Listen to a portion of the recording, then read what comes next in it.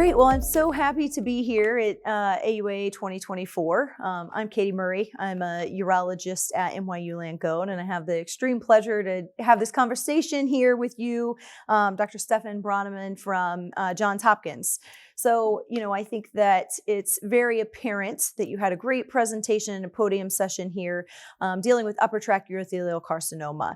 And we all know the difficulties with diagnosis for upper tract disease and then the subsequent treatment that comes thereafter. But you had a very interesting research project on urinary classification. So would you tell us a little bit about that?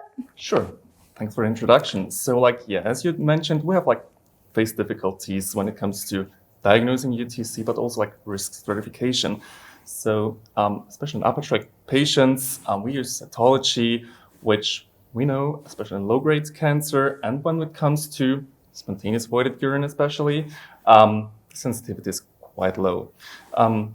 Then, as urologists, we know we grasp a tiny piece of tumor, try to get as much as possible, but in the end, patients are often understaged, so the risk stratification is actually not really good in these patients, which leads to undertreatment, but often also to overtreatment. Sure. So we already look at a quite frail patient population, so just as bladder cancer patients, those patients usually we say 50% of them are cisplatinum eligible.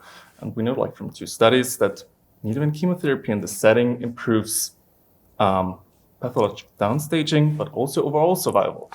But we don't know, as we have really trouble with risk assessment, which patient will benefit from neoadjuvant chemotherapy. Sure.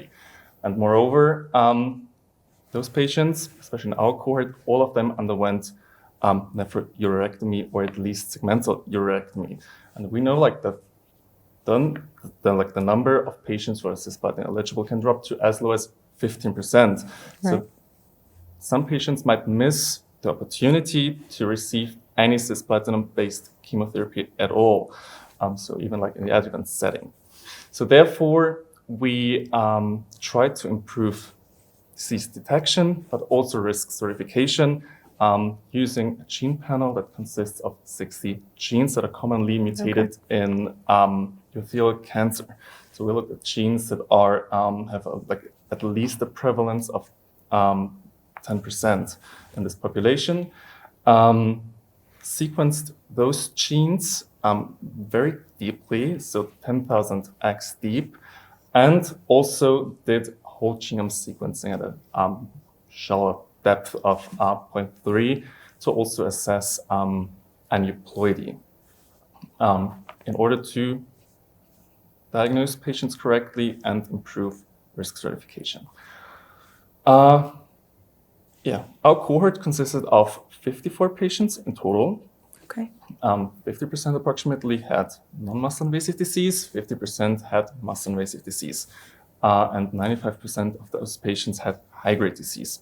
Okay. So that's the characteristics of our cohort. We also assessed the cytology of our patients to compare it to our panel.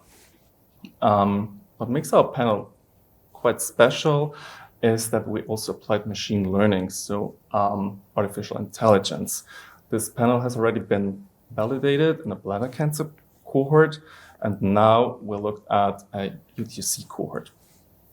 So in the end, we were able to correctly identify 88% of the patients using the bladder cancer algorithm.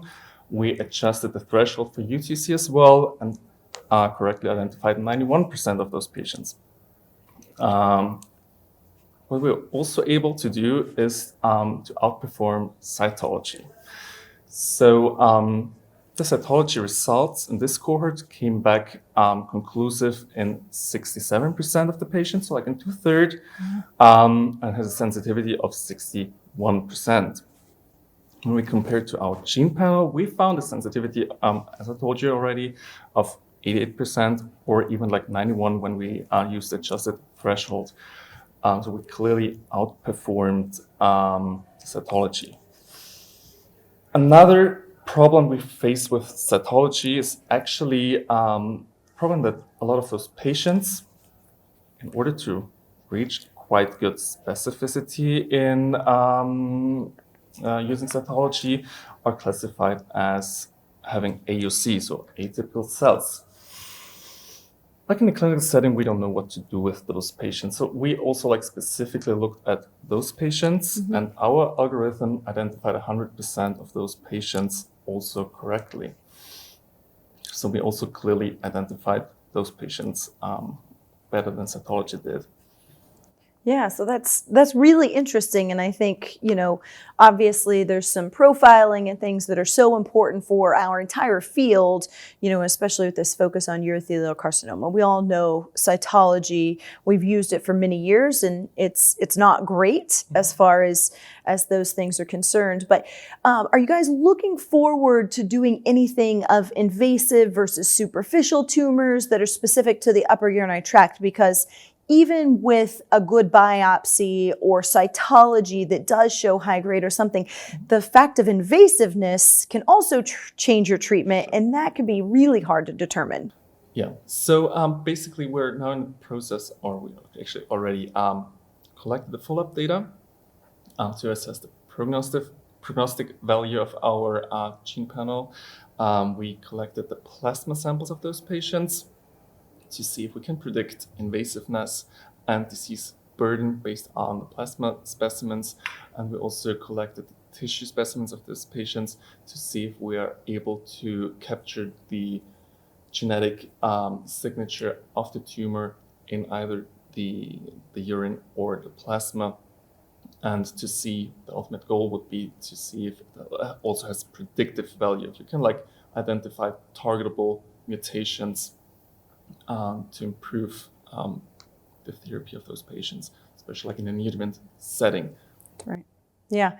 I think that you've, hit so many highlights, and, the excitement that something like this could really fill this gap and help guide us, to what we would do for patients. I think, one last thing I would ask you for follow-up is, clearly this is, similar to bladder cancer, but also different to bladder cancer. Is there anything specific about the genomic profile that you found in upper tract compared to bladder that you just want to point out here at the end? Definitely. As I told you, this panel has already been validated in the bladder cancer cohort. So we took those patients from the bladder cancer cohort to compare to our UTUC cohort. And although they seem to be siblings, as we know, or right, as we name them, we found differences. So sure. The biggest difference was HER2, which has an odds ratio of 12.5 between our cohorts. So it was definitely more expressed in bladder cancer patients, but also HER3, SOX4, which was exclusively expressed in the bladder cancer cohort, but also HS1 and IRID1 was more expressed in the bladder cancer cohort. When we looked at the UTUC cohort, we actually mentioned or noticed that it was more pronounced by the absence of those mutations rather than any mutation we found would be overexpressed compared to the bladder cancer cohort.